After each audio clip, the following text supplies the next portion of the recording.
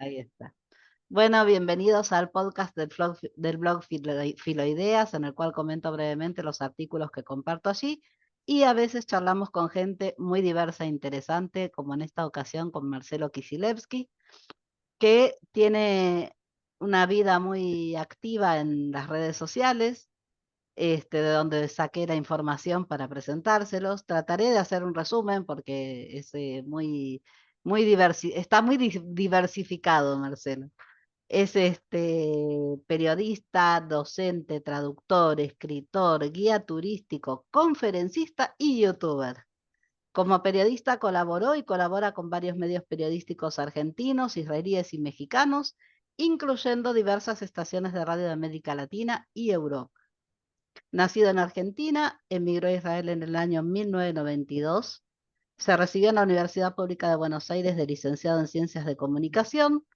Es especialista en Medio Oriente, historia de Israel, sociedad israelí, medios y educación. Escribió 2 libros, uno práctico y otro de ficción, y tiene todas las noches un vivo en YouTube donde nos comparte la actualidad israelí, donde suelo participar en el vivo, en el chat. Este, ¿Está todo bien? ¿Hay algo que agregar, algo que modificar? Perfecto, perfecto, demasiado incluso. Muchas gracias, Cindy, por la invitación. No, gracias a vos por aceptar y bueno, bienvenido. Shalom y shalom a todos los seguidores tuyos que espero que después escuchen el video. Gracias. Y especialmente a tus 3 moderadores, a Tino, Esther y Eduardo, que la verdad Bueno, hacen un trabajo impresionante en el así chat. es. Y bueno, te quería comentar, porque hay algo que me causó mucha gracia. Marcelo tiene una sección en todos los vivos a la noche, donde la gente le puede poner preguntas, opiniones, desahogos, como dice él, lo que quiera, ¿no? Y en uno de esas veces, y él responde, y en una de esas respuestas le contestó a alguien que no tenía la bola de cristal porque estaba muy cara. No, la mandé a arreglar. Le conté que la había mandado a arreglar, así que estaba esperando. En algún momento Claro. lo voy a recibir. Entonces a mí se me ocurrió que a lo mejor si todos tus suscriptores te donan, a lo mejor alcanza para una nueva, una bola de Y cristal nueva. puede ser, vamos a ver. Claro. ¿Quién te dice? Bueno, ¿viniste a Israel por sionismo? A quemarropa es esa pregunta, Ah, ¿no? sí. Lisa, y yo Muy sin bien. anestesia.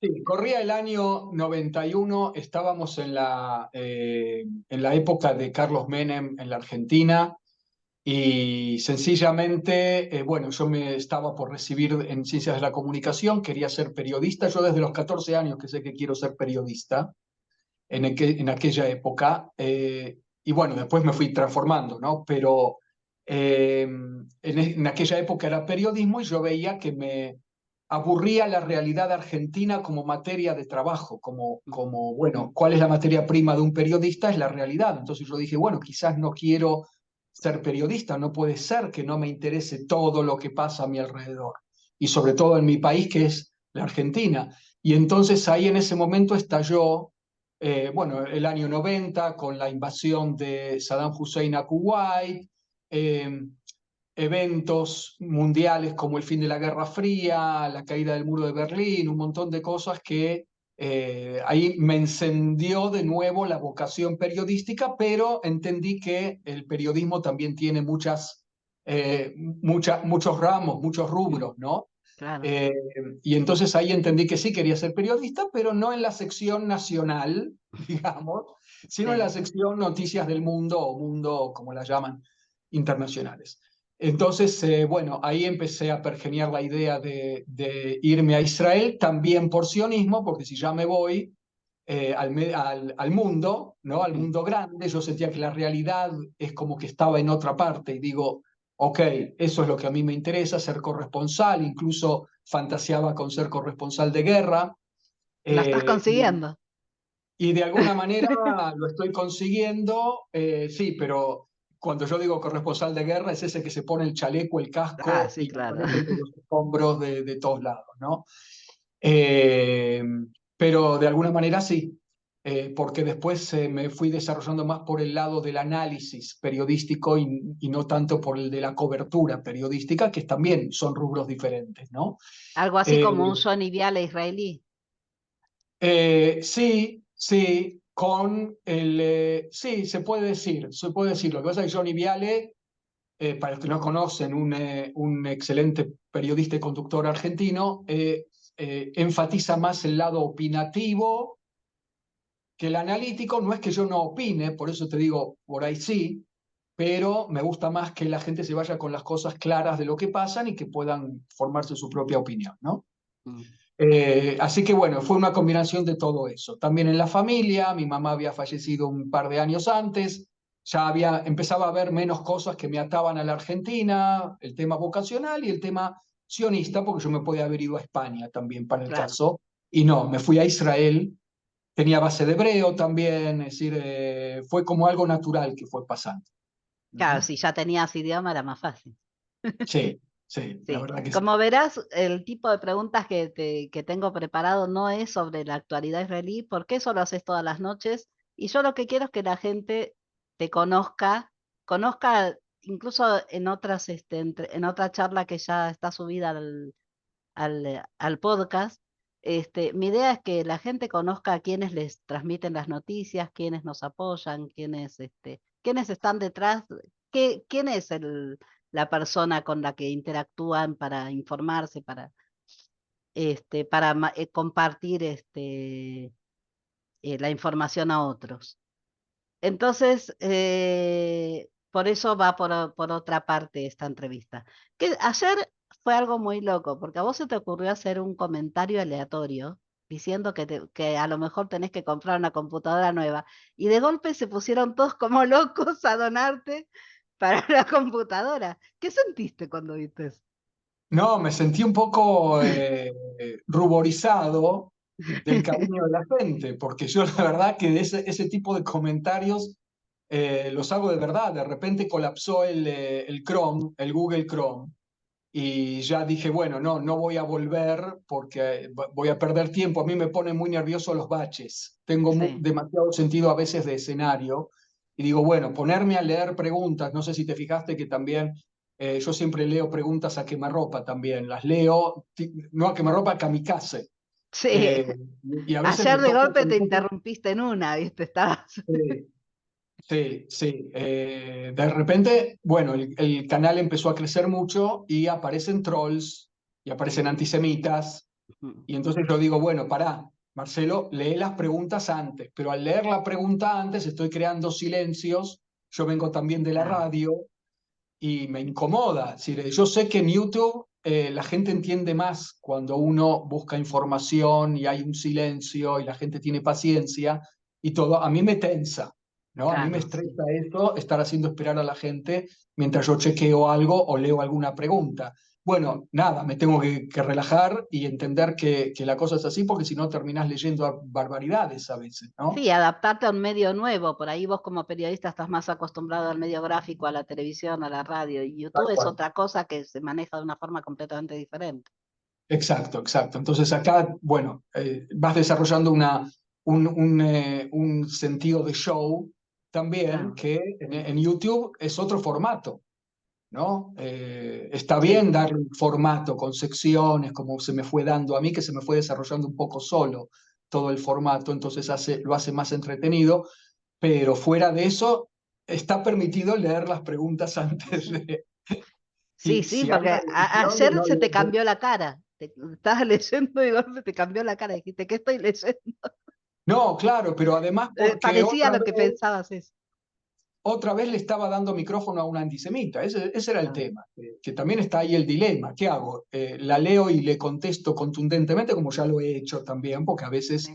las leía a lo kamikaze, y bueno, tuve que contestar.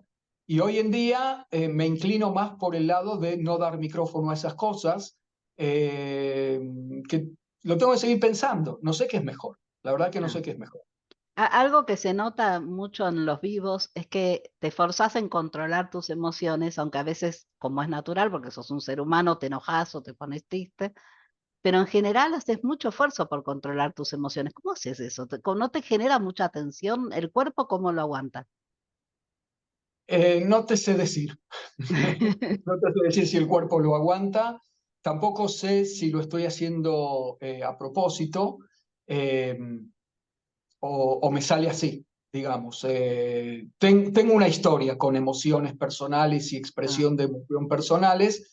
Creo que inconsciente o conscientemente me fui desarrollando como un profesional de la información que, bueno, la función es la función, el show debe continuar, no importa lo que te pasa por dentro. Y te voy a decir más, a mí me parece que los vivos que empezaron en realidad por Instagram en un momento. El primer directo en YouTube fue el 26 de noviembre, mm, pero yo había empezado en Instagram hasta que por distintas razones me mudé a YouTube. Llegaba más gente, la gente de determinada edad no me podía ver en Instagram y un montón de mm, cosas, un montón de criterios, pero lo había empezado, creo, no me acuerdo cuántos hice en Instagram, y lo fui desarrollando como una especie de voluntariado, un voluntariado, de hecho, sí, mío. Yo digo, bueno, ¿qué hago? Estoy desocupado porque se me cortó la carrera de guía turístico que había empezado full time solamente en enero del 23 del año sí, pasado. Y de repente, de un día para el otro, me quedé desocupado. ¿Qué hago? Bueno, vamos a hacer directos en vivo, se llama en Instagram, sobre sí, las noticias. Y lo hacía como mi Miluín, como mi llamado, auto llamado a la reserva, digamos, así sí, bueno, ponerme bajo bandera y empezar a esclarecer un montón de cosas que son las que pasan acá en Israel y las mentiras que van de un lado por el otro, y aclarando todas las cosas. Esa es mi manera de...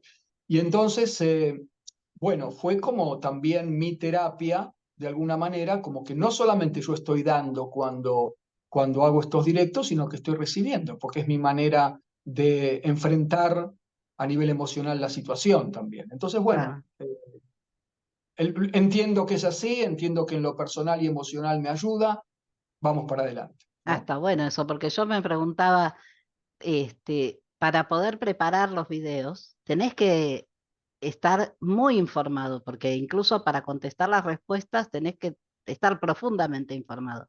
Es como que estás muy imbuido en las noticias y eso también debe afectar a las emociones. Sí, a esta altura yo sé hacer dieta, de, no dieta de la otra Sí, que la sí, tengo que hacer porque esta guerra me trajo 10 kilos, además de todos los demás males.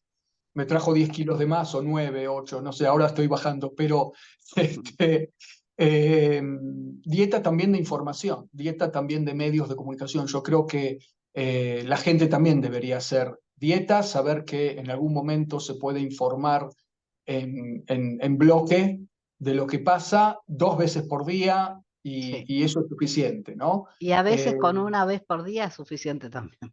y a veces también. Yo, como me dedico a eso, tengo que darle un poquito más, y de todos modos a dieta.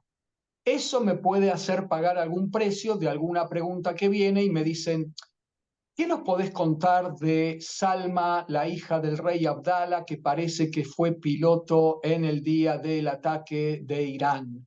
Y fue pilota para el ejército jordano y derribó algunos drones.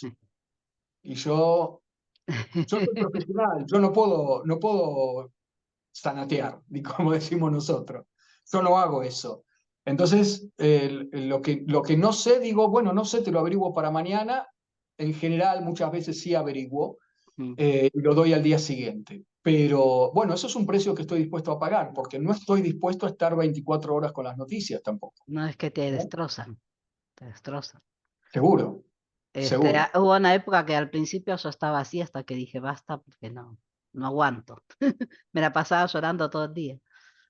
Tal cual. Este, y ¿cómo y cuánto tiempo te lleva? Porque vos decís ahora entonces decidiste hacer dieta, entonces, porque me imagino que preparar. el informe como el que preparás a la noche lleva un montón de tiempo. Algo nos Eh, contaste, unos puchitos, ¿no? Durante el vivo decís, bueno, te guías por Canal 12, por Idiota Jaronot, por Galechal, es decir, siempre yo aclaro esto, ¿no? Es importante también. Yo no voy por los medios Telegram y otros canales de YouTube de espionaje y de inteligencia, no sé qué, sino que no me interesa dar la primicia, me interesa dar un buen resumen de noticias del día con noticias probadas y autorizadas por la censura militar. Esto es también muy importante porque de repente, no sé, pasó un caso, si te acordás, bueno, ya no sé decir si fue al principio de la guerra, pero que en un edificio en Gaza de repente se derrumbó por una explosión de todas las minas explosivas que ellos mismos habían puesto. Un terrorista le tiró un proyectil de mortero, derribó el edificio y mató a 21 soldados en un sí, solo saque. Y durante el directo me empiezan a hacer preguntas de eso, ¿no? Y parece que alguien había dado la primicia y estaba circulando por las redes de modo no autorizado, porque yo entro en los medios de comunicación incluso después del directo y todavía no aparecía nada en los medios que yo consulto.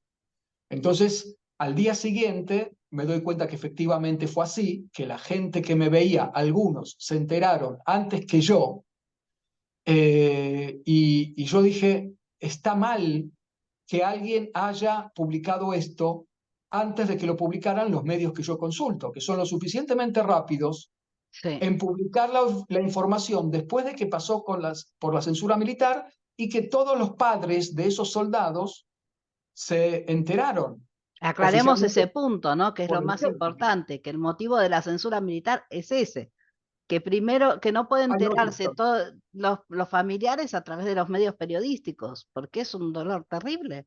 Aparte, imagínate los padres de los soldados que no murieron, los padres de todos los soldados Claro, que están dentro de la franja de Gaza, ven una la noticia así desesperación. y entran en una desesperación de incertidumbre de ver si mi hijo está bien. Y por ahí no lo puedo comunicar, no lo puedo contactar en ese momento, lo puedo No, contactar, porque no si sé. está dentro de Gaza no tienen comunicación. Exacto. Entonces, ese tipo de trabajo pseudo periodístico está poniendo en peligro a mucha gente, está haciendo entrar en pánico a mucha gente. Claro. Entonces, a mí no me interesa la primicia, llegar antes con la noticia. A mí me interesa llegar bien y llegar entendiéndola y pudiendo de esa manera explicársela a la gente que nos ve, que me parece que ese es el servicio, ¿no? Que Ese se es vayan uno de los motivos entendiendo. por los cuales te sigo todas las noches, porque incluso, bueno, una de las personas activas en el chat, estamos en contacto por Facebook también, y ella a veces me dice, mira, dijeron que quedan solo tantos vivos porque lo dijo fulano que tiene un video, que también hace informes por YouTube y qué sé yo, y le digo, mira, yo prefiero guiarme por lo que dice Marcelo porque yo sé que él se asegura, porque ella me decía, no, pero Marcelo, yo sé que no le gusta dar esas noticias hasta que no salen. Le digo, sí, me parece muy serio y me parece muy bien lo que hace, porque eso da lugar a rumores, ¿no? Claro, claro. Esta persona aparte, que yo no quiero juzgar, ni lo voy a nombrar, ni nada, pero no es periodista. Y entonces No, no conoce demasiado las reglas y no conoce tampoco la interpretación de las noticias. ¿Qué quiere decir? Que él jamás dijo que no tiene 40 personas vivas para dar. Bueno, después resultó que no tenía 40 personas vivas para dar dentro de la categoría de los claro. humanitarios, de ancianos, enfermos, las mujeres que quedaban, los enfermos crónicos, etcétera, etcétera, los heridos. Eh, no es que quiere dar 20 y todos los demás están muertos, jamás no Claro. dijo esto, pero la No. gente sacó conclusiones a las apuradas. Y eso es lo que yo no hago. Y es un Eso es riesgo, lo es que un yo no riesgo. hago. Además le decía, el hecho de que no haya 40 para entregar no quiere decir necesariamente que estén muertos. Puede ser que como ellos los distribuyeron por distintos lados, ni siquiera tienen control de dónde están. Porque eso Además, esto, también es una posibilidad. y ojo, también es una posibilidad de que no haya más vivos. Es una posibilidad, pero no es un dato. Y ese es el tema. Es Por decir, eso digo, también si esta vamos a persona, guiarnos por posibilidades, posibilidades hay muchas. esta persona le estaba dando, otra vez estaba dándole credibilidad a la información que te da Hamas, claro. y una credibilidad no correcta. O sea, es muy delicado este trabajo y hay gente que no lo entiende del todo. No, y bueno, de hecho, la persona a la que hace referencia es una persona con la que tengo contacto y qué sé yo, pero o sea, No, contacto no de con todo el conocerlo, respeto, no lo digamos, conozco ¿no? Porque personalmente, no, no, estoy de Ujú. acuerdo, no lo conozco personalmente, lo conozco de las redes sociales, pero es una persona que yo creo que tiene buena intención, pero como decís por ahí, al no ser Absolutamente. profesional, ¿no? Todos cometemos errores y todos nos podemos equivocar y eso queda claro, Yo ¿no? entiendo también la desesperante necesidad de certidumbres, ¿no? Y yo le digo a la gente, entre otras cosas, bueno, aprendamos gente a vivir con la incertidumbre. No puede Que ser no es que cualquier fácil. cosa que no entendemos le buscamos ya la vuelta. Bueno, seguro que no quedan rehenes vivos. No, ¿por qué? ¿De dónde? ¿En qué te basás? Y se basan en una necesidad imperiosa y desesperante, entendible también, de estar seguros de algo, de aferrarse a certidumbres. Mm. Bueno, es un trabajo que tenemos que hacer todos. Es un No, trabajo creo que que es tenemos que hacer todos. importante a veces por ahí cuando estás haciendo este tipo de cosas, y bueno, yo opino que puede ser esto, ¿no? Pero una cosa es mi opinión y separar lo que es opinión de información, que no es lo mismo y que bueno, el tema de los rumores, el peligro es que llegue a las familias que están sufriendo, que están con ese dolor, y que no les hace ningún bien escuchar ese tipo de cosas. Es como que hay que ser muy prudentes en todo eso, ¿no? Yo lo comentaba, por ejemplo, con ACOM, vos sabés quiénes son, ¿no? Acción y Sí, sí, Comunicación sobre Oriente Medio. Es, la entrevista que tengo de es, España. subida Ujú. hasta ahora es de eso. Y les comentaba que al principio de la guerra yo me enojé con ellos porque ellos, con buena intención, con un objetivo claro que entendí, compartían los videos en Instagram, que estaban dando vueltas en las redes de lo que había pasado el 7. Y en Instagram lo que pasa es que si vos vas a la página, a la parte principal, al cuerpo principal, y vas bajando, o sea, los videos se empiezan a funcionar de manera automática.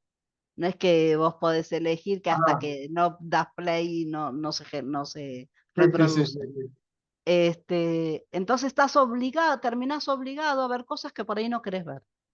Y les decía, el problema con eso es que eso puede llegar a las familias que ya lo vieron y ya sufrieron con eso. Y es como renovarles el dolor. Mínimo, pongan un cartel antes donde aclaren qué es lo que van a mostrar, que es imágenes sensibles, qué sé yo, para que uno pueda decidir saltearlo rápido y no verlo, Tal cual. ¿no? Que al final después me hicieron caso de cuando expliqué claramente Ah, por qué lo decía. Al principio me protestaba y no me daban bolilla. Después cuando expliqué por qué, lo entendieron y lo hicieron. Y lo agradecí, ¿no? muy bien, claro. Pero como que hay que tener mucho cuidado a veces con buenas intenciones terminamos cometiendo errores graves. Sí, y además participando, no en este caso, ¿no? Pero en general, participando en la guerra psicológica a Claro. favor de causas que no queremos apoyar, ¿no? A veces este tipo de rumores que hacemos correr porque nos lo dijo una persona en la que confío mucho y que está metida en el secreto de no sé qué, bueno, hace a la guerra psicológica de la otra parte también a veces, ¿no? Entonces yo no me meto ahí, yo no Mm. estoy ahí. Yo estoy en un área y media. El área es la información fidedigna, probada, chequeada y poder darle a eso contexto, análisis y ser lo más claro posible. Y el otro área tiene que ver con esto de esclarecimiento, asbará, de poder esclarecer también las mentiras que corren, poder esclarecer esto de no creamos todo lo que dice Hamas, porque entre tanto nos estamos guiando también por las cifras de muertos del Hamas, lo cual nos hace a nosotros cómplices de la propaganda del Hamas. sin darnos cuenta. Incluso en la Casa Blanca están cayendo en la misma trampa, Sí, ¿no? Así que no, es muy difícil no caer. Pero bueno, aclarar puntos habidos y por haber acerca de cuál es la naturaleza de los territorios, cuál es exactamente el dominio que tiene Israel sobre Gaza, donde no hay adentro hasta el 7 de octubre, no había ningún judío ni ningún israelí. Sin embargo, el Hamas atacó de todos modos. ¿Por qué? Y por el bloqueo. Pero bueno, ¿por qué existe el bloqueo? claro. ¿No? Es decir, todo este tipo de cosas que la gente llega a este canal o a esta guerra en general, con una información de base que es muy emocional muchas veces, porque la gente tiene en su corazón a Tierra Santa muchas veces. Sí. Eh, y bueno, ahora tuvieron un baldazo de agua fría de actualidad, ¿no? Y yo creo que en el caso de Israel y Medio Oriente es tan sensible y se tocan fibras tan profundas de tantos millones de personas que hace falta una especie de lazarillo bueno, quién es quién. Nosotros venimos educándonos y hablamos de gente cristiana, por ejemplo, muy fervorosa Sí. que forma parte del público del canal, o de judíos mismos muchas veces, que se criaron en una especie eh, Hoy ¿cómo se... llamarlo? No de fantasía, pero sí de imagen soñada de lo que es Israel, de lo que es el pueblo judío, donde lo dominante son los valores, la emoción, el amor, la religión muchas veces, la Torá y todo, y no tanto la geopolítica, la Claro. actualidad, la información dura, lo que pasa, la política y la coalición, y sí, no, la oposición, los conflictos que hay acá. Entonces, a mí me parece que esa gente que está tan ansiosa por entender ya lo que está pasando, yo creo que necesita un guía. Y me Mm. parece que no es Sí, casualidad que yo haya ido por el lado del guía turístico. A mí me llevas por un lugar donde hay piedras, como puede ser, yo siempre pongo el ejemplo este de la arqueología. La arqueología son piedras. sí. Y si no te cuenta alguien, si no le pone palabras, si alguien no le pone para vos palabras a las piedras, y bueno, por empezar va a ser aburridísimo. Porque Sí, y sí, sí, no lo segundo, entendés. si no vas a entender nada. Entonces alguien le tiene, como decía Humberto Eco, las palabras y las cosas, ¿no? Sí, A la realidad que ocurre, si la tomamos como cosas, hay que ponerle palabras, hay que explicarlo de alguna manera, claro. ¿no? Me parece que va por ahí el trabajo y me parece que, bueno, mucha gente está entendiendo que hacemos un trabajo que es necesario, ¿no? Y es lo que aportás de diferente y que hace la diferencia, porque hay mucha gente que está dando información. El tema es cómo. Entonces eso es lo que marca un poco es la manera de diferenciarse cada uno, ¿no? El cómo. Sí, un poco sin querer queriendo, como diría el Chavo del Ocho, ¿no? O sea, Sí, yo vas no es buscando tu que, espacio. claro, yo no es que dije lo que hay en el mercado de los youtubers es A, B, C, D, yo voy a hacer E. No, yo no fue por ahí la cosa, sino que bueno, se fue dando de esa manera intentando ser yo mismo, Claro. no buscando disfrazarme de algo, ¿no? No, y eso se nota y se agradece, porque la verdad es que sí, cuando algo es muy postural se nota, y a veces Ujú, es un ujú. poco chocante, ¿no? Este, una vez hablamos por privado sobre hablar de eso en algún momento y bueno, quedó. Así que te voy a hacer la pregunta a vos. ¿Cómo te enteraste? ¿Cómo fue enterarse de lo que pasó el 7 de octubre y cómo impactó eso en tu vida? ¿Qué te cambió? Eh, Corría el 7 de octubre a las 6:30 de la mañana y yo estoy en un taxi desde la ciudad donde vivo, que es Modín, entre Jerusalén y Tel Aviv. Yo tenía que ir a Jerusalén para continuar el viaje de un grupo hermoso de peregrinos evangélicos de Costa Rica. Eh, Íbamos a ir, nos tocaba el Monte de los Olivos, nos tocaban un montón de lugares relativos muy centrales en Jerusalén. para la Grey Cristiana y bueno, a las 6:30 en el taxi yo escucho que hay una andanada tremenda de cohetes que están llegando a largo alcance. Entonces llamé, lo primero que hice fue llamar a mi esposa y decirle, prende la radio, estate conectada porque hay misiles. Ok, bueno, seguí, llegué al hotel donde estaba el grupo, vi a otros guías turísticos, vi a los choferes de los buses que estaban todos hablando de este tema, discutiendo, por ejemplo, qué les decimos a los turistas. Un poco el cálculo es que a Jerusalén en general no llegan los cohetes, entonces por ahora podemos seguir nuestra rutina normal. Efectivamente salimos, subimos al Monte de los Olivos, yo estoy explicando la Semana Santa, y en ese momento me tocaba explicar por dónde y mostrar en el paisaje, mostrar allí enfrente nuestro en la ciudad vieja de Jerusalén, en la muralla, por dónde había entrado Jesús por la puerta de oro y que la gente le decía Osana, Osana. A mí me gusta explicar lo que es la palabra Osana en hebreo, Osana, sálvanos, te imploramos, qué sé yo. Y en ese momento, cuando estoy haciendo este gesto de los ramos, del Domingo de Ramos, eh, escuchamos explosiones arriba nuestro y vimos lo que yo entendí y les expliqué a la gente, que eran intercepciones del cúpula de hierro al lado del monte del templo, al lado Ay, de la explanada de las mezquitas. Estábamos o sea, sobre la hondonada, sobre el valle de Cedrón, entre el monte de los Olivos y el monte del templo. Y les dije, bueno, rápidamente nos escondemos atrás de esa parecita, lo que había, también la policía, hay un cuartelito de policía ahí abajo que nos empezaron a gritar, cúbranse, cúbranse, y yo les digo dos cosas. Primero, nos cubrimos atrás de esta parecita, y cuando nos cubrimos atrás de parecita, le digo, esto que estamos viendo no ocurrió nunca, que el Hamas le esté disparando a la mezquita del Aqsa, sí, cuando ellos son los que se dicen como política interna, también la interna de ellos con el Fatah, ¿no? sí.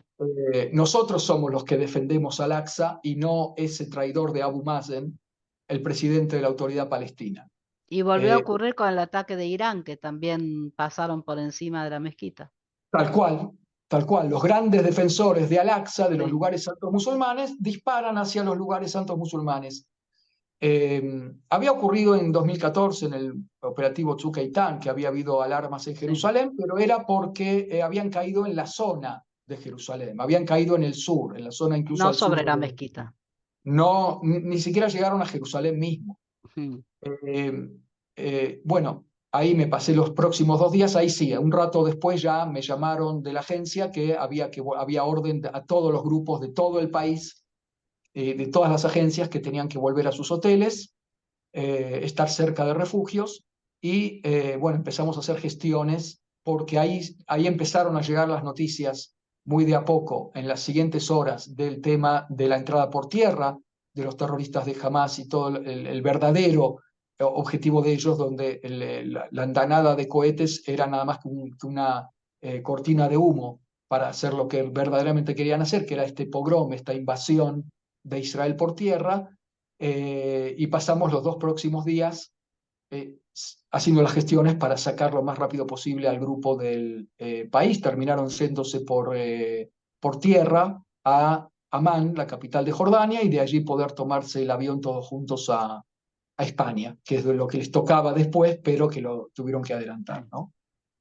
Y si me preguntas qué me hizo en mi vida, bueno, a partir de ese día que los dejo en el puente Allenby, en el paso de Allenby para que se vayan del país, mi vida cambió totalmente, quedé absolutamente desocupado porque yo había puesto todas las fichas, vos nombraste un montón de cosas que hago, Mm.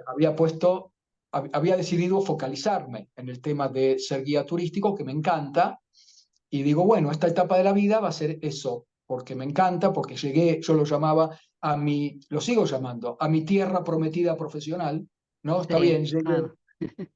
y de alguna manera, nada, se interrumpió la carrera, Que, perdón, de muy, alguna muy, manera están relacionadas también la guía de turismo como el de- periodismo. Vos decías antes que sos una especie de guía periodístico, pero además, bueno, los dos manejan mucha información, tanto el guía de turística como el periodista tiene que estar en contacto con la información y manejarse con eso. Así que hay una Sí. relación.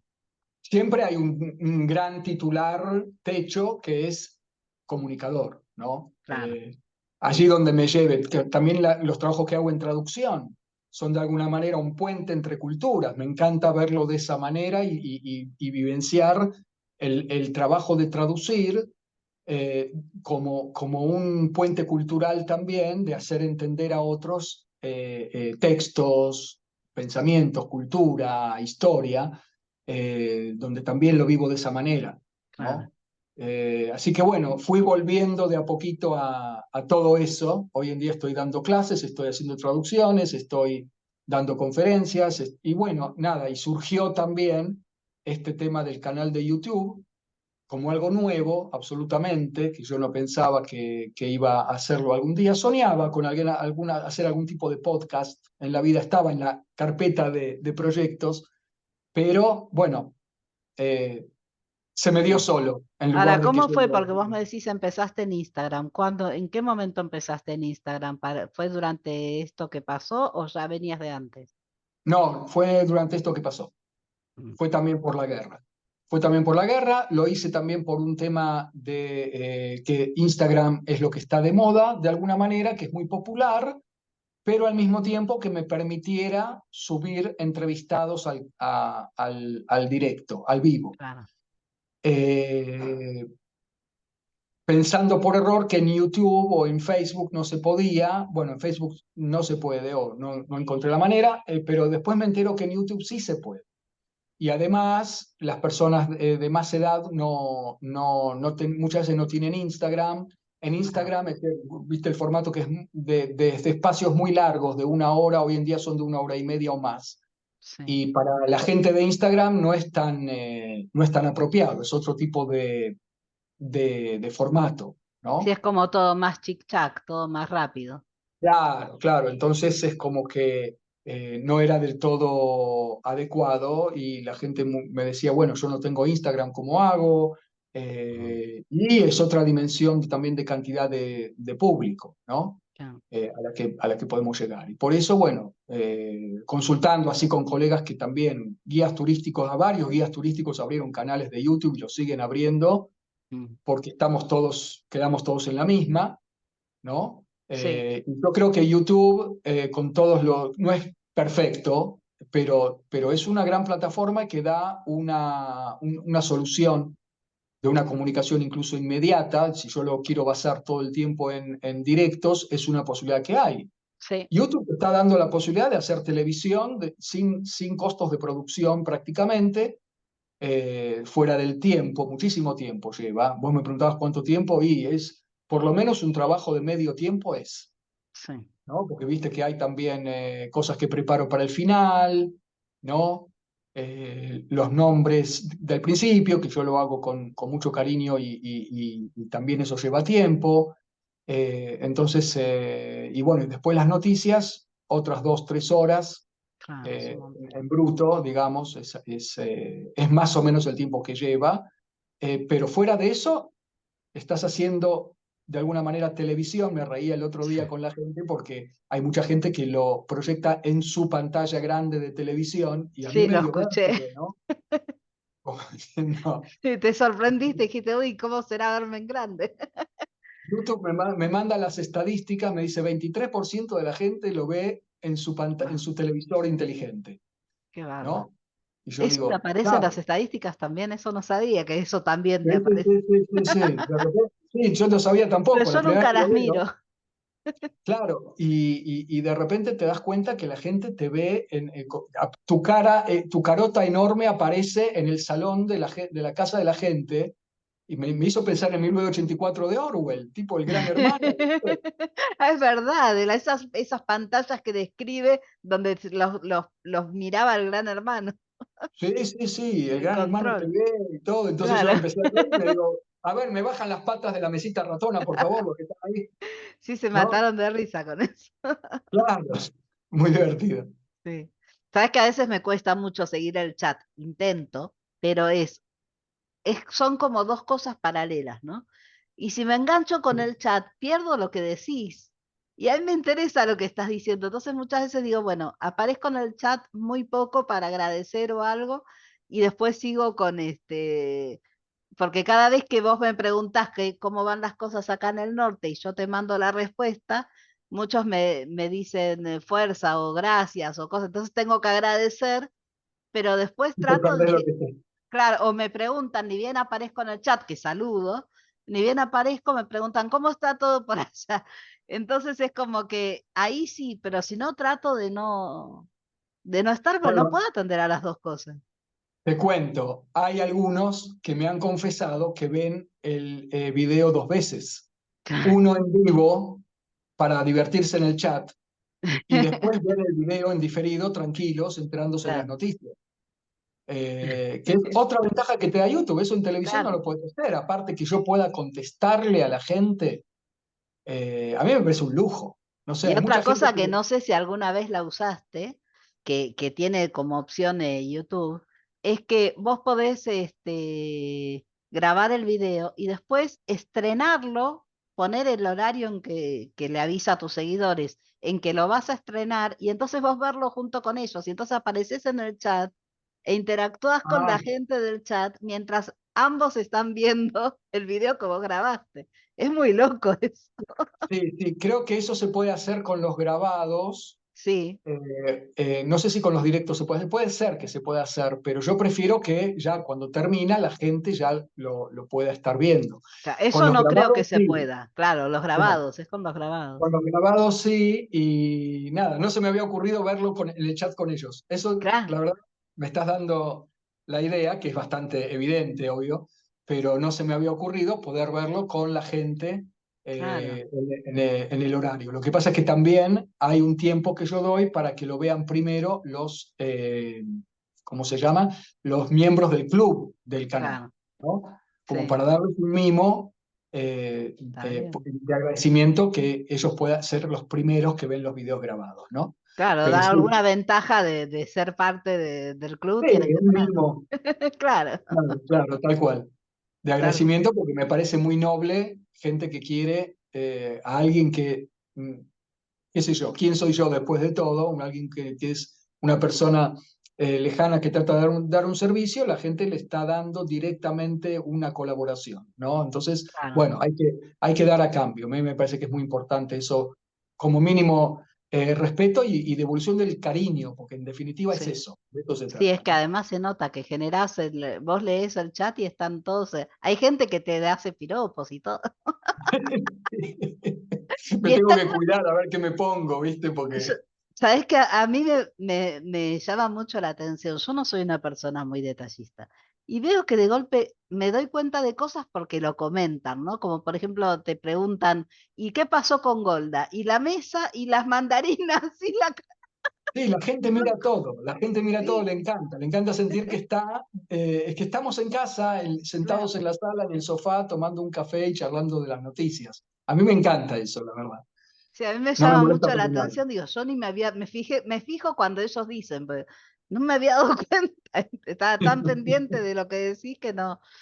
Este, Ahora, vos llegaste a Israel en 1992, 2 años antes de lo de la AMIA, y Pero en el durante, mismo año de lo de la embajada. eso te iba a decir. Ujú. ¿Ya estabas acá cuando fue lo de la embajada Sí, cómo sí, viviste esos sí. dos ataques desde acá? Porque yo acá no estaba todavía, yo llegué en el 2003, así que no sé cómo se vivió todo eso Bueno, en te cuento Israel. brevemente. Yo en la Argentina estaba trabajando como secretario de redacción de Nueva Sion, el periódico de un periódico de la comunidad judía, del sector de la izquierda sionista en la Argentina, de Meretz, a Shomer Hatzair, y había como de alguna manera inaugurado un periodismo muy crítico respecto de las autoridades comunitarias. Eh, y después, bueno, vine a Israel a vivir y llega Purim y yo estaba disfrazado en Purim, preparado, estaba en el centro de absorción con mis compañeros, un centro de absorción para profesionales jóvenes, solteros, ¿no? muy especial. Mis primeros 5 meses fueron acá en Israel muy, muy especiales y estábamos divirtiéndonos mucho en la fiesta de Purim. Yo estaba disfrazado de la directora de cultura del centro de absorción, con peluca y íbamos a hacer un sketch muy divertido y qué sé yo, y yo escucho de repente que las directoras del centro y que eran las del curso de hebreo también, del Ulpan, están diciendo, ¿le decimos o no le decimos? Porque yo tenía que salir a actuar en un minuto más. Y al final vienen y me dicen, y yo salí a actuar igual. Y yo salí a actuar igual, me cuentan que hubo un atentado en la embajada de Israel en la Argentina, era en marzo del 92, y yo hice mi sketch con mis compañeros para no perjudicarlos, porque ten en cuenta que había gente de todo el mundo, que no todos ni estaban, ni venían de la Argentina, ni conocían lo que era la embajada, ni conocían el contexto, bueno, que en ese momento nadie, se nos fue todo el contexto al cuerno, ¿no? Digamos. Yo no entendía nada, quedé bastante choqueado, pero la ficha del shock me cae un poco después cuando yo veo que están todos los compañeros festejando y bailando en la fiesta de Purim y yo sentado en el costado. Al final me tuve que ir a mi cuarto con mucho shock. Y después al día siguiente empecé a mandar notas, me acuerdo, a Página 12, en aquel Sí. momento, que era el diario que me gustaba, y sobre el tema. Así que más o menos así lo viví con mi máquina de escribir Olivetti en aquel momento, yéndome al correo del centro de Jerusalén a mandar la nota por fax, todo muy, muy, muy precario a ojos de hoy en día, ¿no es cierto? Y el tema de la AMIA me agarró trabajando en la agencia judía, en la parte de educación. Me acuerdo que también fue un shock tremendo, pero ahí ya yo estaba con muchos otros argentinos que ya nos pudimos prender. Me acuerdo, creo que había ya medios, o sea, ya había televisión por cable, si mal no recuerdo, y entonces había canales que transmitían noticias a las 24 horas, y ahí nos pudimos ir enterando todo el tiempo de lo que estaba pasando. Pero bueno, sí, fue un shock tremendo, tremendo, tremendo. Había gente conocida, conocidos lejanos. No tuve nadie muy cercano que haya sido víctima de la AMIA, ni de la embajada, pero sí, yo estaba con gente que sí tenía gente muy Sí, de cercana. la AMIA yo sí, Sí, de la ahí AMIA está. yo sí. Pero sí conocidos y todo, gente que sobrevivió justamente. Así que bueno, no, fue vivirlo desde acá y yo entonces ahí empiezo a notar un periodismo judío argentino que se vuelve muy crítico de la dirigencia comunitaria, de cómo estaba manejando la crisis y de cómo se estaban manejando los juicios después. Eh, Me doy cuenta que el tema de la AMIA especialmente se convirtió en parte de la identidad judía nueva de los judíos argentinos, que era algo muy, muy, muy central. Cuando fui después de un año o dos, no me acuerdo, a la Argentina en uno de los viajes, me doy cuenta de que toda la vida y toda la conversación de los judíos en la Argentina gira en torno al tema AMIA, como algo que Impactó muy atrapó, fuerte.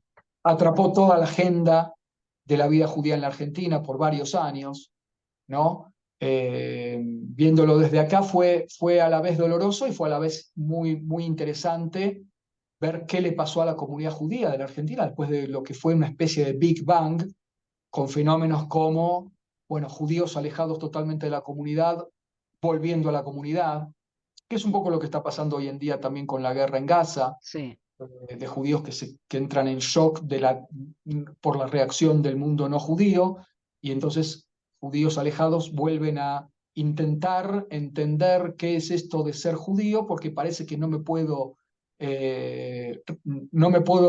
retraer de mi identidad judía porque me la están enrostrando en la cara de repente, claro. entonces por lo menos vamos a enterarnos de qué se trata y a reconectarnos con los Kneid Alach de la Bove, que es lo único que yo tenía como judío. Bueno, vamos a ver un poco más, que Sí. me parece por un lado positivo. Yo sé que me estoy yendo de tema, No, no, pero, dale. pero por otro lado es lo que yo llamo la identidad de la catástrofe, ¿no? O sea, soy judío porque ocurrió un holocausto, soy judío porque ocurrió la AMIA, soy judío porque ocurrió el 7 de octubre y tengo que ver qué hago con eso, que a mm, mí me parece positivo en un primer momento, ¿no? claro, Después, bueno, la pregunta es qué hacen los ámbitos educativos. Yo también vengo de la educación. Entonces, bueno, ¿qué se hace a nivel educativo con esos judíos? ¿Cómo se los ayuda de alguna manera a que, bueno, vinieron por la catástrofe, vamos a ver cómo los ayudamos a quedarse por la sí. positiva, ¿no? De qué es el judaísmo. En realidad, el judaísmo no es pogrom, una seguidilla de pogroms y holocaustos. Es también una riqueza Sí, inmensa en sabiduría y en creatividad, ¿no? Y en sí, en un espiritualidad. montón de cosas, porque la historia del pueblo hebreo no pasa solo por los holocaustos, o sea, Tal cual. tiene una historia muy interesante y muy rica que va mucho más allá y aporta mucho más que la violencia que tuvo que sufrir el pueblo, ¿no? Sí, sí, sí, sí. Es decir, hay muchos que ven todavía la historia del pueblo judío como una seguidilla de pogroms, matanzas y guerras y persecuciones. Y hoy en día hay muchos educadores que estamos tratando de que el blanco y negro se invierta, ¿no? Claro. Que la historia del pueblo judío es una historia de creatividad y de florecimiento y de elevación espiritual y de pensamiento, etcétera, etcétera, interrumpido bastante seguido para nuestro Sí. gusto, pero interrumpido por estos acontecimientos catastróficos que nos ocurren, ¿no? Vos sabés Eh, que en Argentina cuando pasó lo de AMIA, y hoy día todavía existen algunas personas que también lo repiten, mucha gente decía eh, que por qué el gobierno israelí no se mete más en hacer justicia con la AMIA. No se dedicó a perseguir a los culpables, eh, no presentó pruebas en la causa, no puede ser que la inteligencia israelí no tenga suficiente información. Desde acá, ¿cómo se vio ese tema? ¿Vos qué le responderías a esa gente? no se sabe, la verdad no se sabe. A mí también me llama la atención, barra me molesta. Yo no me convertí en un experto en el tema AMIA. La verdad que no soy yo la persona más indicada para tratar este tema. Eh, pero debe haber motivos que tienen que ver con, yo no sé si de no interferir en la soberanía de otro país, pero sí, porque por ejemplo, la embajada no es Claro, es argentina, soberanía israelí. la embajada es territorio israelí. Y sin embargo, tampoco en el tema embajada Israel tomó cartas en el asunto ni quiso presentarse como parte querellante. Y la verdad que ahí hay un agujero negrito Sí, que algún día quizás se sepa exactamente cuáles fueron las motivaciones de Israel. Eh, Hay quienes sostienen la tesis de que Israel prefirió no meterse para que en el camino no se descubran otro tipo de cosas que tienen que ver con secretos de Estado del Estado de Israel, ¿no? claro. Eh, en cuanto a relaciones a nivel internacional, se habló, qué Eso. sé yo, no sé, de, Sentido de, tiene. de triangulaciones en el mundo con el tema relaciones geopolíticas, inteligencia y demás. Así que bueno, yo como no sé, como yo prefiero no entrar más en ese tema, pero aparentemente puede haber tenido que ver con eso, es decir, de una actitud consciente del Estado de Israel, una decisión política de no meterse. Claro. Y las razones las sabremos algún día, ¿no? Mira, como te decía, yo hice Alianza en el 2003 y mirando para atrás me doy cuenta cómo cambió la política israelí, que no está exactamente igual que antes.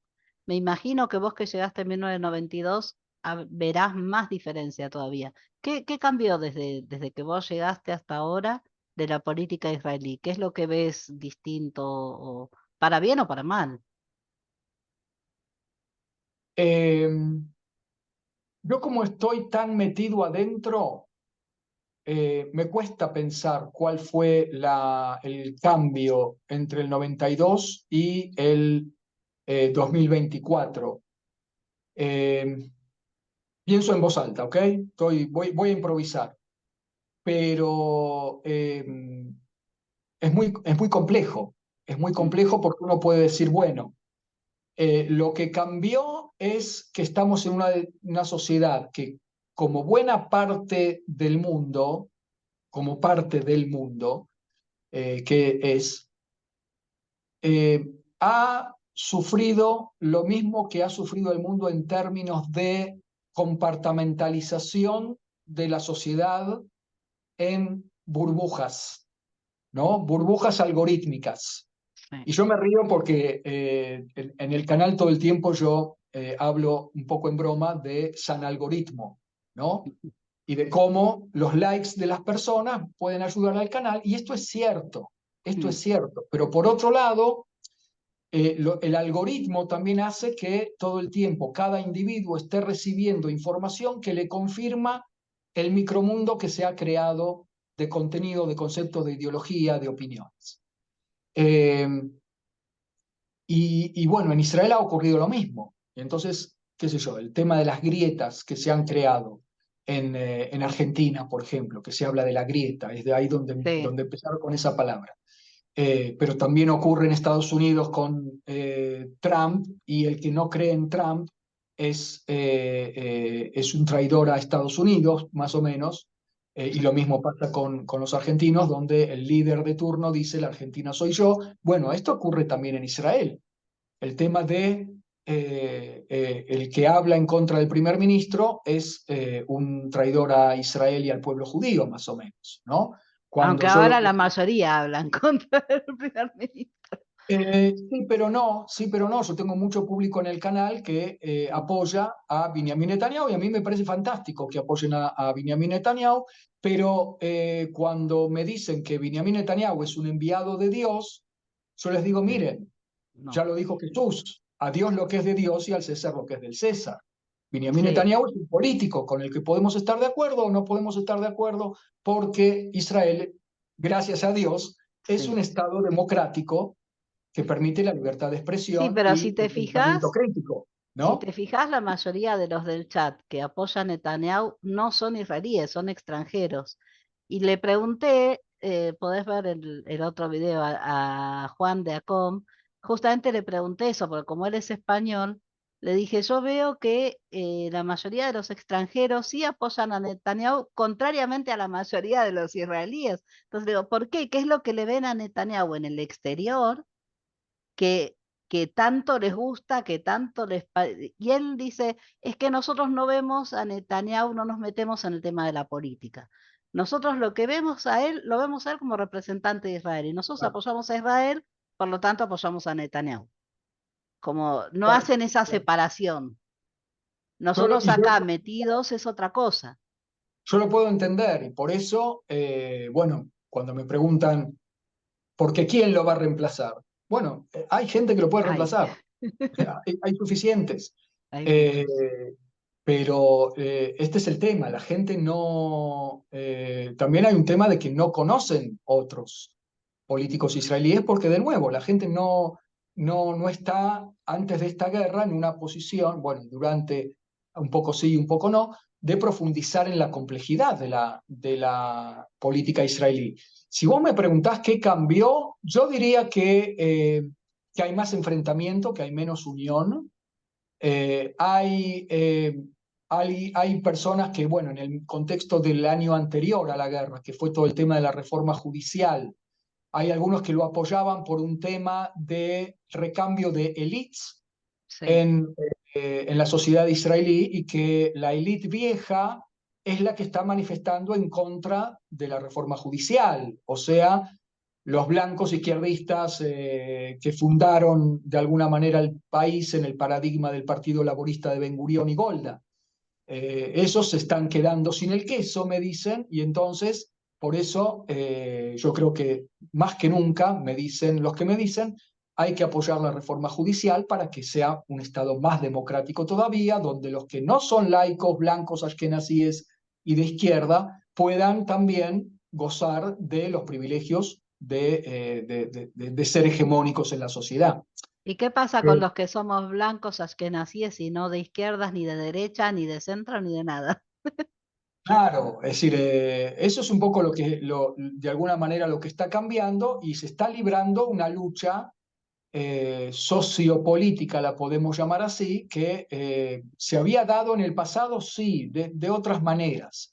A mí me parece que uno de los elementos puede llegar a ser la pérdida de la inocencia, una cosa, un enfrentamiento un poco más brutal que el viejo enfrentamiento entre ashkenazíes y sefaradíes de los años 60 y 70 con los Panteras Negras, pero los Panteras Negras eran un movimiento bastante visceral que no llegó a articularse en un partido político, y los partidos políticos sefaradíes que hubo como ay, se me escapó ahora, Gesher, el partido de David Levy, por ejemplo, u otros partidos, no llegaron nunca a poder configurar una alternativa política, porque incluso el Likud, que fue el partido de Menachem Begin que les dio, y de Benjamin Netanyahu hoy, que les dio voz y poder de influir en las urnas, y fueron los sefaradíes, aquellos que se sintieron discriminados y que son los que provocaron lo que se llama en la historia política de Israel el vuelco de la hegemonía del Partido Laborista de Ben Gurión y sus sucesores a el Partido Likud de Menachem Begin y sus sucesores. Si te fijas en los líderes del Likud, fueron Menachem Begin, Yitzhak Shamir, Ariel Sharon, Benjamin Netanyahu, todos ashkenazim blancos. Claro, es verdad. ¿Qué es lo que cambió en definitiva? David Levy fue el que más acercó el bochín a ser el primer ministro sefaradí, pero no lo logró. Y entonces, bueno, que no me vengan a decir los del Likud que están tratando de Sí. cambiar algún tipo de hegemonía. No, pero y difícil que cambien nada si siguen poniendo siempre al mismo candidato. Además, Además, además, ¿no? lo que yo noto, por ejemplo, de diferente, cuando ayer justamente hiciste la referencia a Uwe Olmert, que estuvo un año y medio preso, o Otro sea, ashkenazí, sí. claro, Uh-huh. y él se lo acusó de corrupción, se hizo todo el proceso de su juicio, se llegó a una conclusión y fue detenido. Con Netanyahu, ¿qué pasó con el juicio de Netanyahu? No se lo condenó todavía. El tipo está ahí como primer ministro siendo acusado de corrupción. No va a ir preso. O sea, ahí es donde noto la diferencia, ¿no? Desde cuando yo llegué, pues, Eudor más o menos fue poco después de que nosotros llegamos al país, y ahora. Bueno, sí, un poco cambió eso, cambió un poco la vergüenza. Te voy a decir por qué, porque a nivel legal, Netanyahu tiene razón. Una persona es inocente hasta que se prueba lo culpable, hasta que se prueba culpable, y hasta tanto tiene el derecho de conservar su trabajo de político, su trabajo de gobernante. Puede llegar, es decir, los juicios continúan, no es que no continúan, un poco se están desmembrando, no están logrando probar que realmente cosas que hizo que son un poquito no ortodoxas, como recibir regalos, un montón de regalos de, por ejemplo, del millonario Milchen, que le dio $300.000 en champagne y cigarros. No se logró probar si Milchen recibió beneficios a cambio. Ahora, Entonces yo ahí te el digo, si probor. un argentino que está viviendo en Argentina escucha esto, se ríe. Sí, obvio, obvio, pero no, a Netanyahu no se lo acusa de meter la mano en la lata de la obra pública, por ejemplo, eso no. Sí de Mm, recibir regalos, sí. cosa que está prohibido por los usos de la política. Nadie puede recibir regalos y quedárselos. Eh, Son patrimonio del país los regalos que un gobernante recibe. Y sin embargo, bueno, no alcanza para decir que el champagne y los cigarros que se tomó y los cigarros que se fumó son patrimonio del Estado y los tiene que devolver, Claro. o devolver su valor en dinero. Y de todos modos, no se logra probar que hay delito en ello o que el acuerdo que hizo con el editor de Yediot Ahronot para que le den prensa favorable, para que le hagan prensa favorable a favor de que él influya en el diario Israel Hayom, oficialista, es decir, pro Benjamin Sí. Netanyahu en aquel momento, ahora ya no lo es, por ejemplo, de que baje su tirada, porque es el diario gratuito acá en Israel. Sí, que eh, se reparte, aclaremos, ¿no? Se reparte gratuitamente en todas las estaciones de tren, en las, Hoy por hoy es el diario más leído. estoy tratando de traducir, ¿cómo es las Tajanot Mercasit? Eh, Las terminales de autobús. eso, Entonces, bueno, sí, se reparte en todos lados. Y la pregunta ¿es delito pedirle a un medio de comunicación hacer lobby ante un medio de comunicación para, no para obtener dinero, sino para obtener prensa favorable? mm, ¿Acaso hay políticos que no hagan lobby ante los periodistas para hacer prensa favorable? A mí los dirigentes de la AMIA, estamos hablando de antes de la era de los atentados, cuando yo escribía en contra de ellos, yo era un periodista muy principiante, y sí. escribía una nota criticándolos por tal y cuales acciones que estaban haciendo en la comunidad.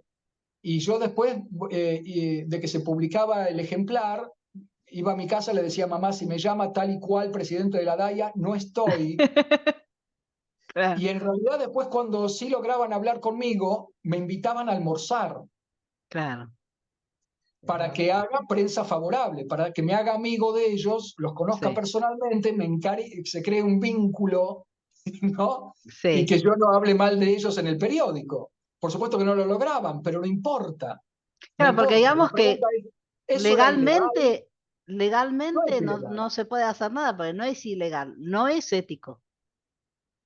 Puede ser que no sea ético en todo caso, Claro, recibir tantos regalos y hacer lobby para, o sea, bueno, están averiguando el tema de Bezek, ¿no? Si la prensa favorable del sitio Walla, cuyo dueño es, ahora se me escapa el nombre, que es también el director general o accionista, yo ya no me acuerdo tampoco, de Bezek, de la empresa telefónica, eh, si a cambio de la prensa favorable de Walla, Netanyahu le iba a dar determinados beneficios en la licitación de Bezek o algo por el estilo. Ahí ya no. estás Ahí sí ya acercándote más a un asunto de soborno y los juicios siguen por ahí, pero está muy, muy difícil de de probar probar, que prensa favorable sea soborno, claro. ¿no? No.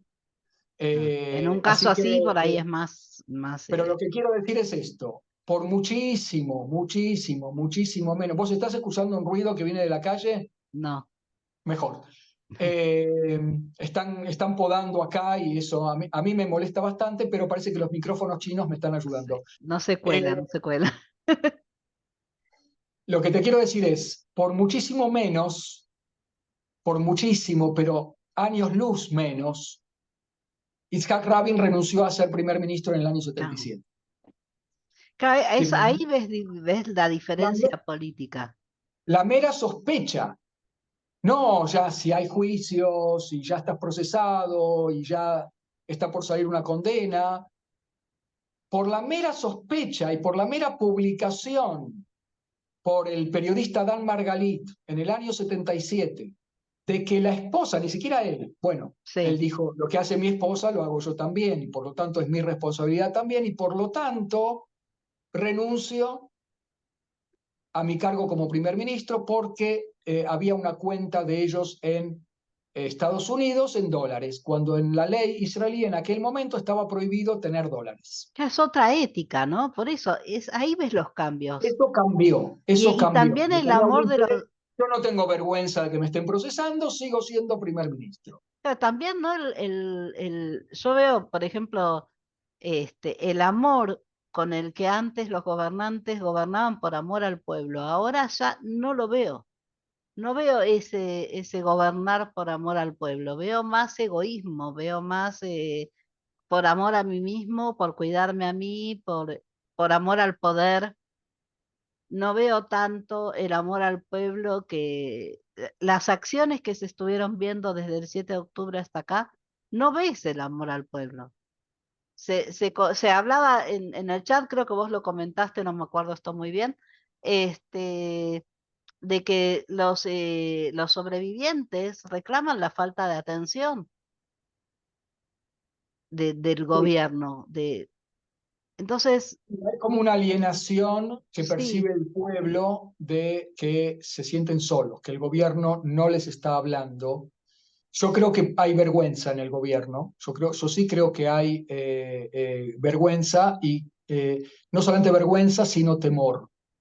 Sí, creo que hay temor. Cuando alguno que se presenta en público, eh, sí, cuando alguien sí se presenta de los ministros del gobierno, por ejemplo, hubo ahora una convención del periódico Israel Hayom, que el periódico gratuito que comentábamos recién, invitaron al ministro de Finanzas Bezalel Smotrich, y se tuvo que ir por cómo lo abuchearon y por cómo le gritaron de todo en una convención. No sí, pudo hablar, no pudo hablar porque la gente está muy frustrada y con mucha furia y se pierden los modos elegantes y correctos.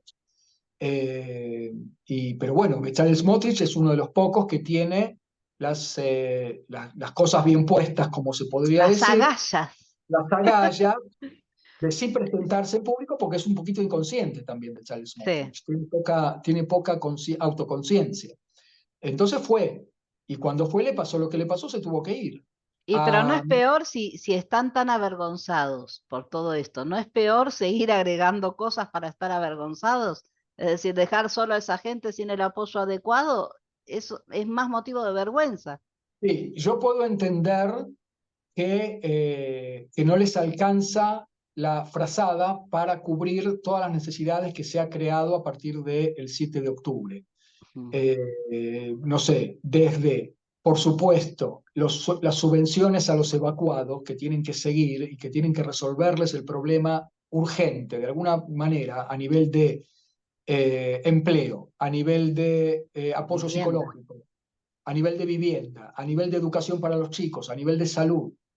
Y por otro lado, desde eso, que es primera necesidad, hasta hablarles a los familiares de los secuestrados. Dicen, no nos llaman ni por teléfono. Ah, eso es Eh, terrible. Y no, y ¿sabes eh, qué? Una cosa que pero hasta, un segundito más, pero sí, hasta los sobrevivientes, ya no los familiares de los asesinados en la fiesta Nova, ponele, sí. sino los sobrevivientes que están en trauma. Bueno, pero entonces empezás a abrir el abanico de necesidades del país que yo puedo entender que no alcanza el presupuesto nacional para atender todas las necesidades que se crearon en esto, que fue un Big Bang. Yo lo puedo entender, pero de ahí a que Bezalel Smotrich, como también es ministro no solamente de Finanzas, sino también ministro en el Ministerio de Defensa, dedique presupuestos a legalizar asentamientos en los territorios. Para eso sí tenés dinero. Claro, por eso, no, no. No, y Entonces eso te esto iba a decir, provoca que en el caso un de corte terrible, un divorcio terrible también adentro de la sociedad, es que ¿no? eso es lo que te iba a decir también cuando mencionaste las cosas que le faltan o que hay que cubrir de los refugiados. Hay que tener en cuenta el tema de los gastos que ellos tienen también, porque bueno, salvando las distancias, en la guerra del 2006 nosotros vivíamos en Naría, fuimos parte del 75% de la población que dejó Naría, por Ujú. nuestra cuenta, en nuestro caso encima, ni siquiera fuimos evacuados. Entonces, nosotros vimos que, claro, con la confianza que teníamos en Israel, en cómo hacían las cosas, dijimos, esto en un fin de semana se resuelve, inocentes, ¿no? Y lo que llevamos con nosotros era muy poco cuando salimos de ahí. Nos faltaba de todo después, porque estuvimos un mes y medio, más de un mes. No sé si no ¿A, llegó a 2 meses, creo. a dónde se fueron, Cindy? Nosotros nos fuimos a Jedera porque mis suegros vivían ahí. Ajá. Y después estuvimos unos días en la casa de unos amigos en Afula y volvimos a Jedera. Ujú. Pero el tema es, nos faltaba un montón de cosas que tuvimos que comprar, porque cosas incluso de ropa, porque Sí, no sí, son podíamos volver a Nari a buscarlas. gastos impensados y el Estado Claro, no está eso presente. no, Lo que hizo estar presente fue la sociedad civil Sí. que hasta este momento que estamos hablando sigue autoconvocada de modo prácticamente masivo, donde cada israelí está haciendo algo en el marco de esta guerra, sea de donar dinero hasta estar presente y donar tiempo, ¿no? Bueno, eso es algo que siempre destaqué de la sociedad israelí, porque en aquel tiempo también lo vimos. Si bien nosotros no estuvimos en esa situación que digo que nos faltaba de todo, pero por ejemplo, si tenías que ir a alguna de el estacionamiento era gratis. Bueno, nosotros no teníamos auto, pero existía. En frente de la casa de nuestros suegros había un club municipal que había que pagar para acceder a los servicios, qué sé yo, para nosotros era gratis y además nos hacían shows para entretenernos, para distraernos, Ok, shows, sí, shows de música y qué sé yo, para relajarnos.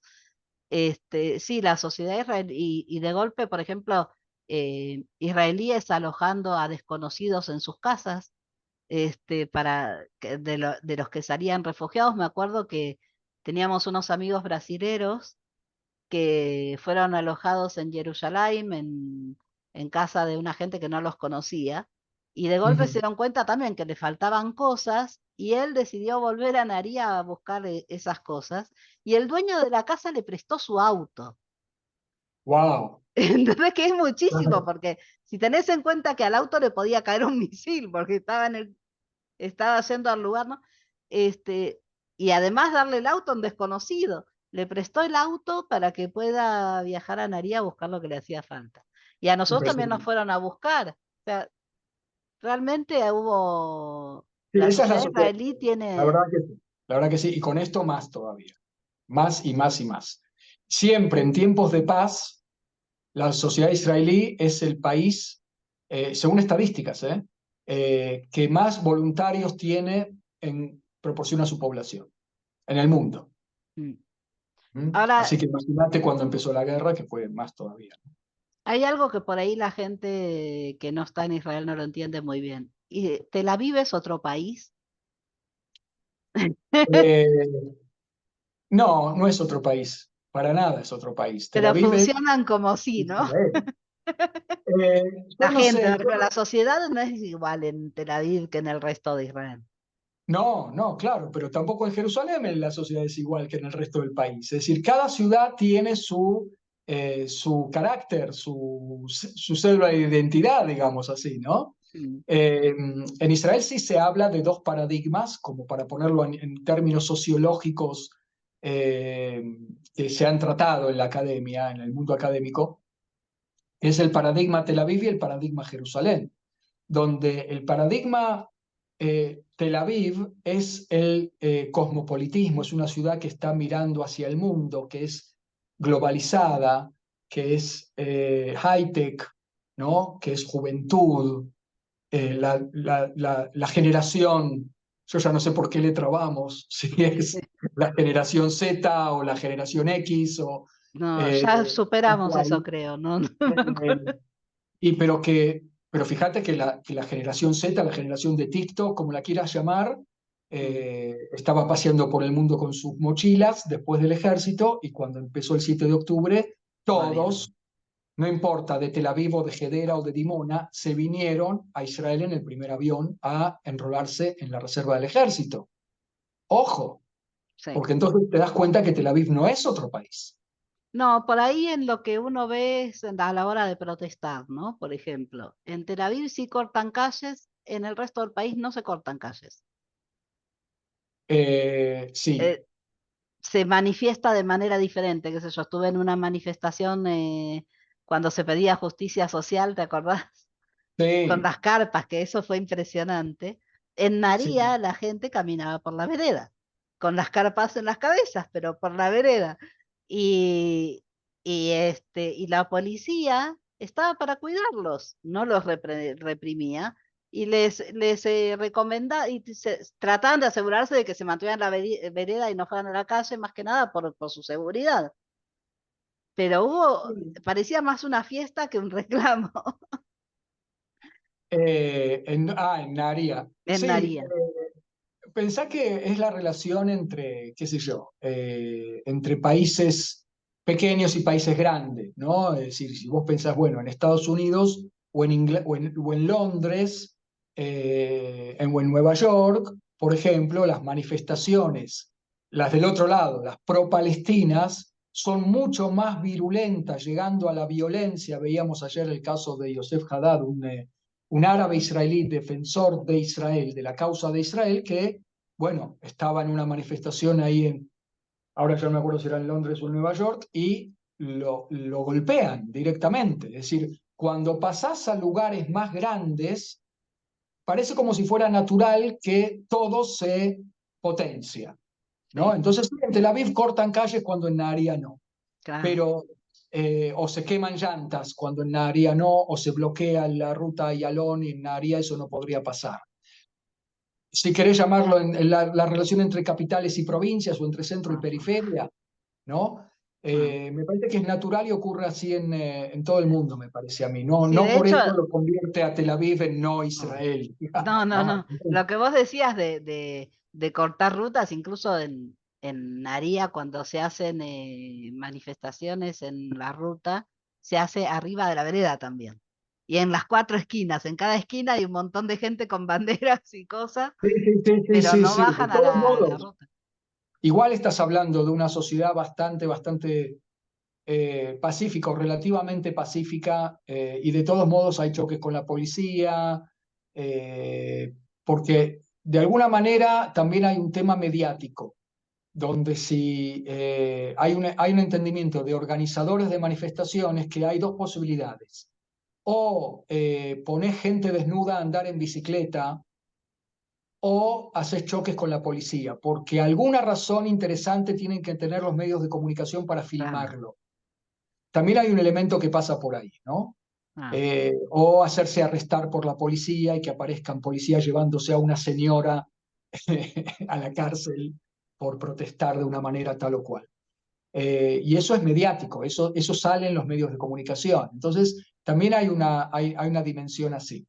De todos modos, a mí me parece que, bueno, y estábamos hablando de los paradigmas. Uno es el paradigma Tel Aviv, que es así, con toda la complejidad, porque también hay religiosos en Tel Aviv. Y el paradigma Jerusalén, que es un paradigma hoy escuchaba que ya los laicos que quedan viviendo en Jerusalén son, no me acuerdo si me dijeron 10% o 20% y nada más, cuando era también en el pasado una sociedad bastante cosmopolita, pero que se fue tendiendo a una población, a una demografía de gente religiosa ortodoxa y o ultraortodoxa, un poco al ¿no? nivel de ACO, ¿no? No, en ACO Ahí tenés otro, tenés dos culturas más que nada, los sí, por eso, en musulmanes y ACO los tenés, ortodoxos. tal cual, en ACO tenés una población que es étnicamente diversa, es una ciudad mixta, árabes y judíos viviendo en la misma ciudad. Incluso ACO es la ciudad más mixta de todas, es la ciudad, incluso en edificios, podés tener departamentos donde viven judíos y departamentos donde viven árabes, a ese nivel. Es la más mezclada de todas las ciudades de Israel.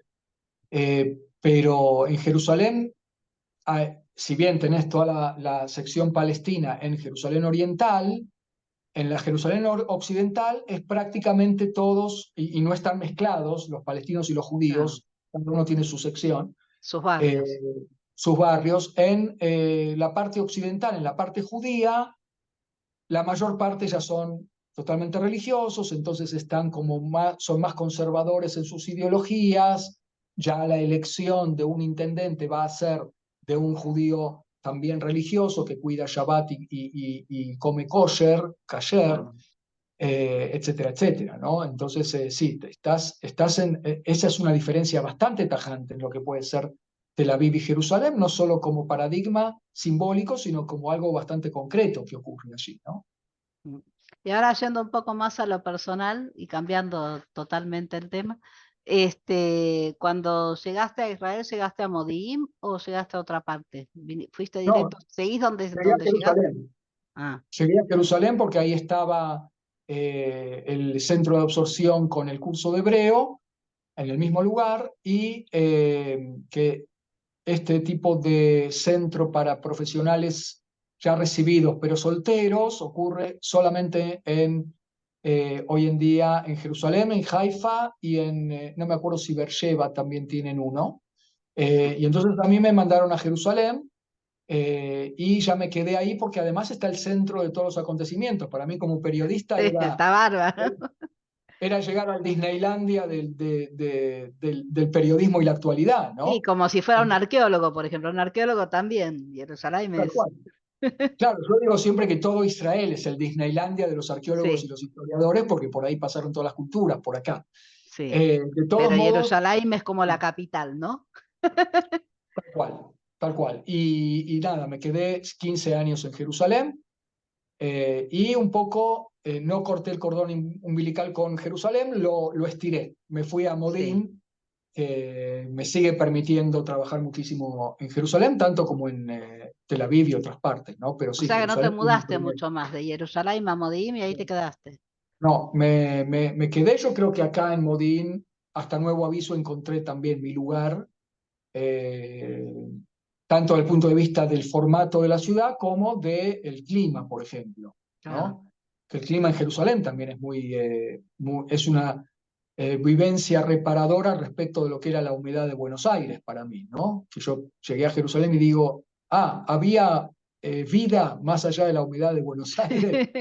Sí, sí, De hay que. repente el Acá clima también el clima es más seco, es más saludable. fantástico. Claro, me sintió muy bien el clima, me sentó muy bien el clima y me encantó también por ese lado, ¿no? Aparte de todo, ¿no? La Aclaremos para historia, los que no son porteños que en Buenos Aires podés llegar a ver transpirar una pared. sí. Así, hasta ese punto de humedad, ¿no? Entonces Bueno, el es lo que cambio es pasa más acá, grande. es lo que pasa acá en verano en Tel Aviv y Ranana. Yo no podría ir, no podría, habiendo conocido Jerusalén, desde el punto de vista del clima, no podría vivir en la costa, ¿no? Me costaría bastante. Te cuento que llevamos 1 hora y media charlando. ¿En serio? Sí, y Muy si es bien. por mí seguiría, pero el video va a quedar larguísimo. Así Sí. que yo diría que vayamos terminando. Para terminar, lo último si querés dejar un mensaje, sea para tus seguidores, para los que puedan estar escuchándonos, eh, a quien vos quieras, un mensaje final que quieras transmitir, algo que quieras decir de vos, desde vos a eso. No. Bueno, primero, por supuesto, invitarlos a todos al canal, siempre están invitados y ahí los van a recibir, yo creo que muy bien, ¿no, Cindy? Sí, La gente se muy siente bien, bien.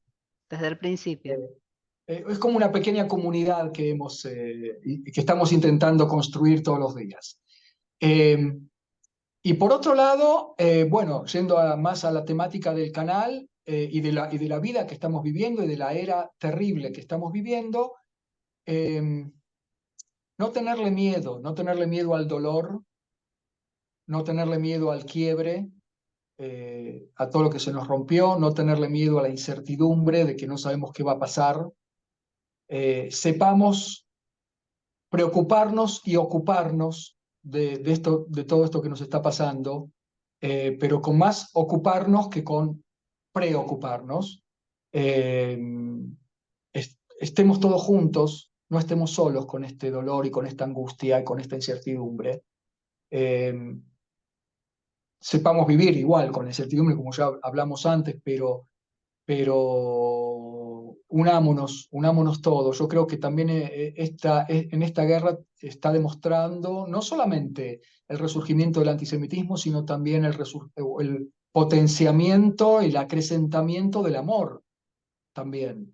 Es algo que no se habla mucho, pero justamente la virulencia del antisemitismo que mostró la cara en el mundo a partir de esta guerra, que ya no va contra Israel o en favor de una causa determinada, sino que es en contra de los judíos y de Israel.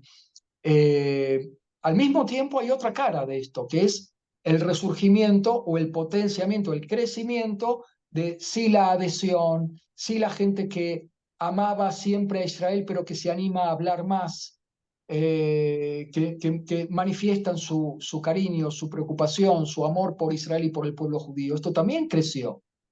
Y por eso yo digo, bueno, sepámoslo apreciar, sepamos apreciar también lo bueno que ha surgido a partir de estas guerras, que las guerras no generan demasiadas cosas buenas. Bueno, entonces este amor, esta solidaridad, este estar juntos, también es algo para no perder de vista, ¿no? Me parece que por ese lado va. Y tengamos en cuenta también que estamos ante Pesaj, que empieza mañana a la noche con la cena familiar de Pesaj, y que también con toda su significación de la fiesta de la libertad, una libertad que muchos no están viviendo. En mi casa nosotros vamos a dejar una silla vacía en la cena de Pesaj por los secuestrados, para pedir y hablar entre nosotros también y contenernos entre nosotros en torno a este golpe de dimensiones históricas, planetarias, que va a ser un hito en la historia del pueblo judío, en las generaciones por venir, y nosotros somos parte, nos tocó esto y bueno, tenemos que estar a la altura, ¿no? Me parece que va por ahí. Y estar a la altura tiene que ver también con estar juntos, también con irradiar amor frente a toda la oscuridad, irradiar nuestra luz. Y bueno, cosas buenas, que podamos ser embajadores de cosas buenas por ellos, por los que murieron en la guerra, por los que están secuestrados todavía en Gaza.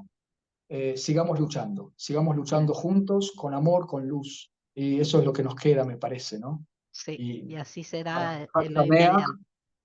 Hay Bueno, muchos que no dicen Hag Sameach, entonces bueno, cada uno va a poder elegir si esta vez va a ser una fiesta feliz, que no lo va a ser, pero de todos modos, bueno, los mejores deseos para todos los que nos mm. están viendo y para vos Sí, yo también. deseo un pesaje en paz, ¿no? Que es lo mejor que podemos desear en este momento. Es lo Más más que, sencillo, lo más simple sí, y lo más evidente, lo que tendría que ser tan obvio, ¿no? Y que no lo sí, es.